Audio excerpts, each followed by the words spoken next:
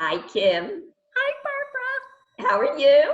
I'm great. How are you? I'm good, thank you. This is really quite a crazy time. It's so unprecedented. Yes, indeed, indeed. But so good to see you.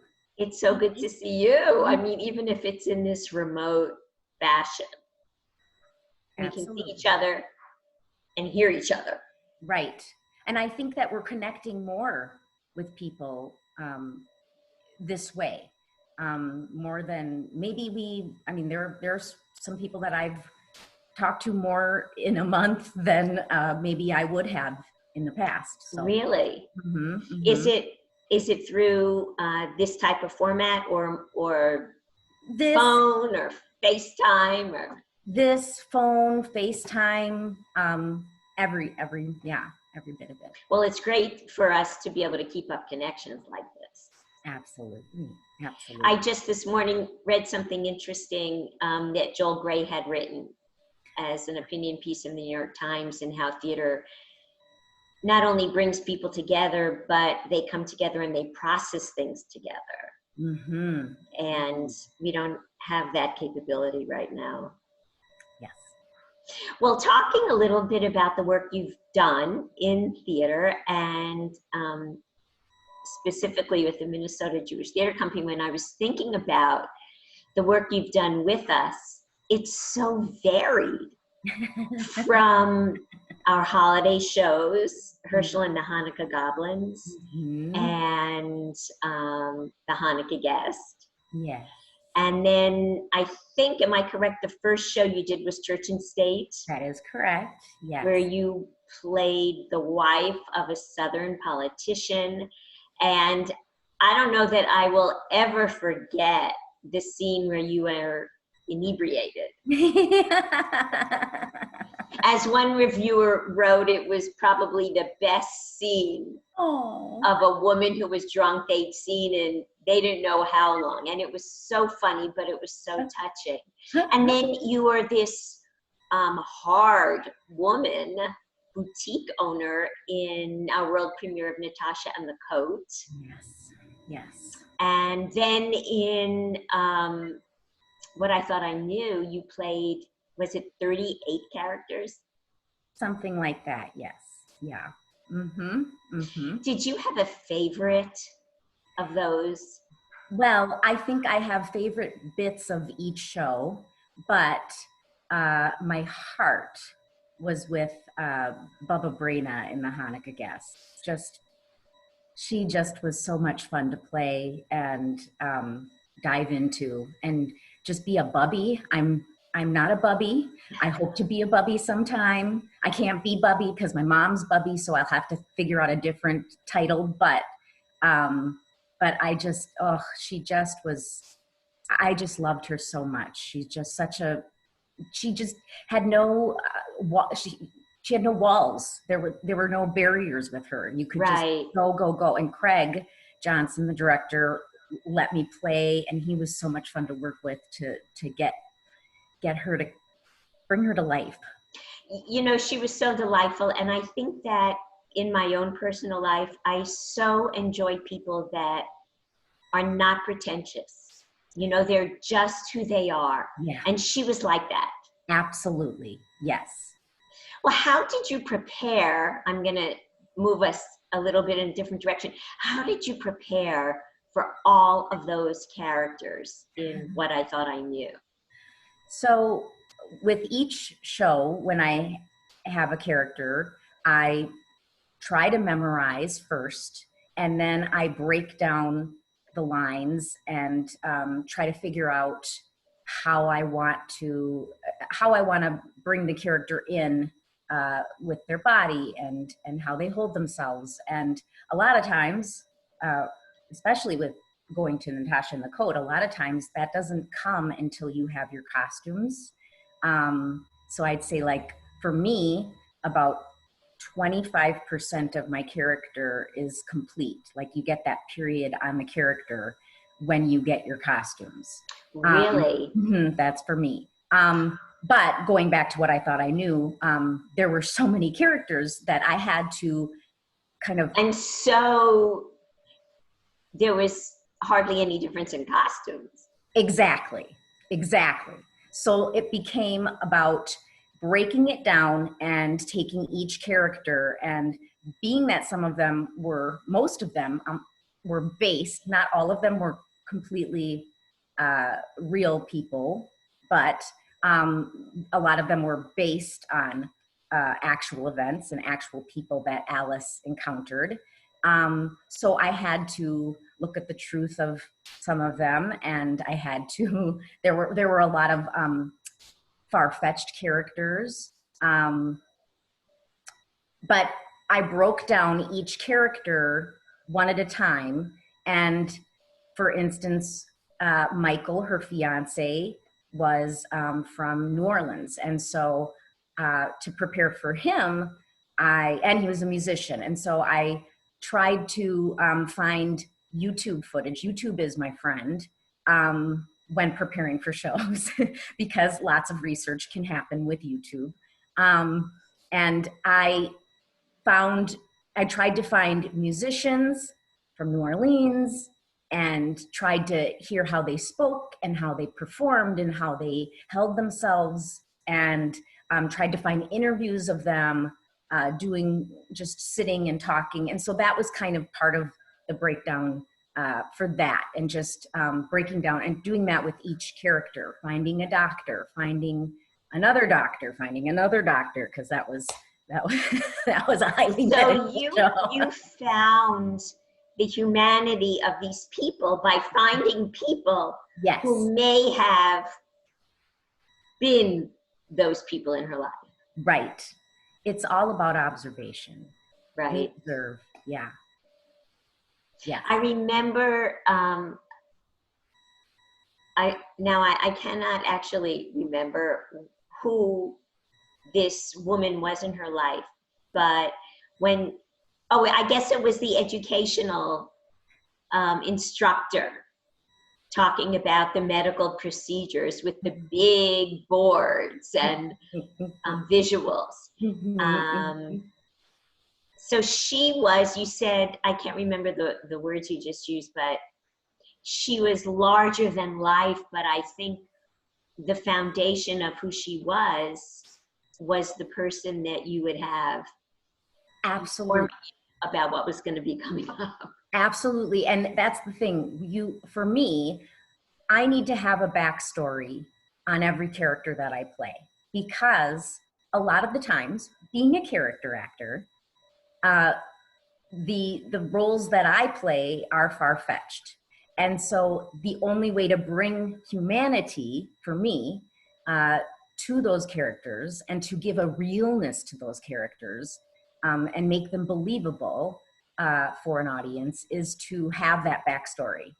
I think that even though they are characters and maybe a little bit larger than life, their honesty comes from the reality of who they are, even if it's on a smaller scale, I guess, right? Do you think? Yes, thank you. Yes, you are correct.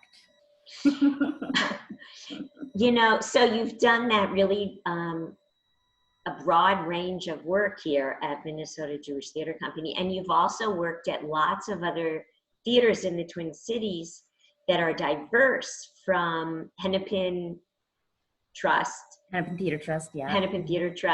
to Children's Theater Company, Theater La Di Da, Theater Moo. Has that variety informed the work you do in each of the different situations? Absolutely. How so? So when we're in all of these theaters, even though we're all very much the same, we're so different. And so each theater has a different culture. And it's interesting to be in a show with someone, say you're in a show with them at La Di Da, but you've been in a show with them at Children's Theater Company. But it's interesting to observe that people, not so much that they act differently in different theater cultures, but it's a different relationship. And you can take from those different cultures, I think that you learn and you take from each experience that you have, whether an experience is a good experience, and that's in general in life, but you can take that experience. And for me, I find that something will happen somewhere and I may not know why something has happened, whether it's good or bad, but I can take, I'll be, maybe it's a week, a year, a month, who knows how long afterwards. And I will be in a situation then and I'll go, aha. And I'll realize that whatever happened or whatever experience I had, I learned from that experience at whatever, with in this case, with that other theater, and I applied it to help me in the future with another theater. Right. You have such an amazing attitude towards your work. You're such a positive person. It's so joyful to be around. Oh. One of the statements you have on, I think it's Facebook, is that your goal in life is to be happy and try to ensure or help other people be happy. To be happy and to make others happy. Be happy and make others happy. How do you bring that to your work? So a lot like, so there's a saying, if you want, well, it's something I tend to say, if you have to love yourself in order to invite others to love you. Mm-hmm. And sometimes those people are not going to accept those invitations to love you, but if you love yourself, then it's okay if they don't accept those invitations. And so when it comes to being on the stage, and now depending on the show, but a lot of my work is comedy. And so to be happy, first of all, I need to be happy and be okay and be happy with myself. And then to present, hopefully I'm inviting the world to be happy, whether it's through a performance. And sometimes someone's not going to like your performance, but then it can come full circle, because if I'm happy and I'm okay with my performance and my team that I'm with, the director, maybe a choreographer, maybe a music director is okay, a producer is okay with and happy with the performance, then that's okay with me. And honestly, for me to be happy and to make others happy, sometimes it's just about making one person happy. And for me, the goal, if I can make one other person happy in a day, I'm golden. And right now, that's more difficult because I'm only with my husband. Well, as long as you can make him happy and he can make you happy. Exactly. What more could you want? Yeah, we are very lucky. We are very lucky in this situation. We are very lucky in life. I could sing the praises of him for days. That's wonderful.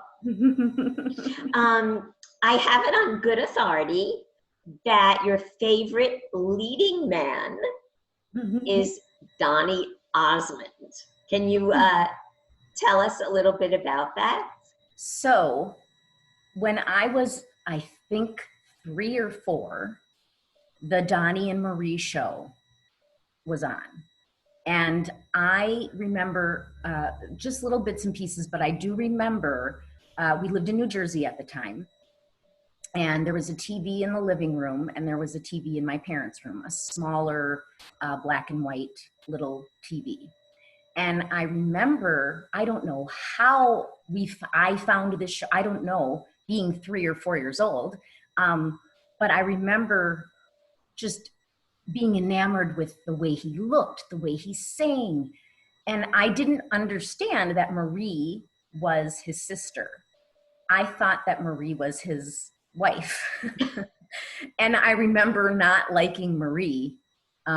Because she had Donny? Yes, I thought they were together. And I do remember, though, that I would sit in my parents' bed and watch them on their show. I don't think anyone else was interested in watching the Donny and Marie variety show with me. I just remember sitting and watching it. I remember getting up and singing with them and dancing with them or trying to do what they did. I remember looking in the mirror and taking a brush and trying to, do what they were doing. I do remember those little bits and pieces, but I remember no one was interested in watching the show with me.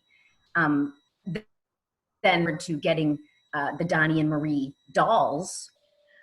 And I may have popped Marie's head off. And you were acting out just a little bit. Just a little bit. And I also had a Cher doll. These were like, you know, Barbie-sized dolls. And for some reason, I thought Cher was better matched with Donny than Marie was. And so they went on a couple dates in my little imaginary world. But I saw a picture of you with Donny. Yes, yes. Now, where was that? So of all And you were more than 3 or 4. Yes, of course. Yes. So of all places, I was in a lighting store, and there was this line that formed at this lighting store, and I was actually with my parents because we were looking for a new chandelier for them, and we just were going to this lighting store to find a chandelier, and there was this long line, and it turns out that he and his wife have a lighting line. Oh. And so he was there. My Talk 107, which I had done a project Down and Dirty with them where they did a musical. And this was like in 2014. So I knew some of the personalities that are on that radio station. And so I saw one of them and there was the line. And so I just got in the line, and I actually brought my Joseph CD, the leaflet that goes into the CD holder, and waited in that line. And then when I got to him and it was my turn, he said, he put his arms out and he said, "I know you. Don't I know you?" And I was, "No, you." I clammed up. I don't think you know me. And of course, after the fact, a friend of mine said, "You should have told him, yes, you know me from my dreams." But of course, I didn't think on my feet there. But then he signed my little leaflet, and then I asked him if we could sing together, and we sang a little teeny tiny bit of "Any Dream Will Do" from Joseph and the Amazing Technicolor. Right, standing there in line with everyone else, listening. Yes. I'm sure enjoying every moment. Yes. Oh, yes. That's great. Good. It was so fun. It was so fun. Now, it turns out he's a Mormon, and being a nice Jewish girl, that wasn't ever going to work out. Plus, he's quite a bit older than me. But I did marry a Joseph, so. And that's a great story. You shared the story of how you met Joe, and that's really great. Well, it's wonderful to connect with you this morning. Yes, absolutely. And we'll have to talk again soon. Absolutely. Thank you so much, Barbara. Thank you. I'm looking forward to the future and getting back to working again, especially with my theater home, MJTC. Thank you, Kim. We look forward to having you back on our stage, but we'll talk before then. Okay, wonderful. Take care. You too. Thank you. Bye-bye.